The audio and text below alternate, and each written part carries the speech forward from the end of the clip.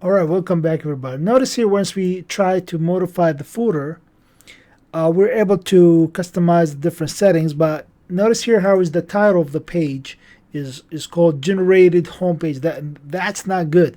So we need to first let's fix things out. So we're gonna go footer, edit footer, and for this should be address field. So I click in here in the icon and I change it to the address field. And for the section above, I'll change it to the main phone number. So this is going to be the main phone number. And this is going to be email, so we have to make sure that these settings are correct. So now I'll be navigate to the home page, and this is the settings. It worked well. And now I need to go to the home page. So we'll go to edit page. And so once you go to the edit page, you can see generated home page. So I need to change that title.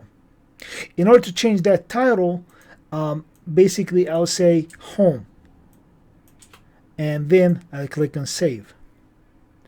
So let's click save. You're gonna see that now we have home, and this is gonna be the home page.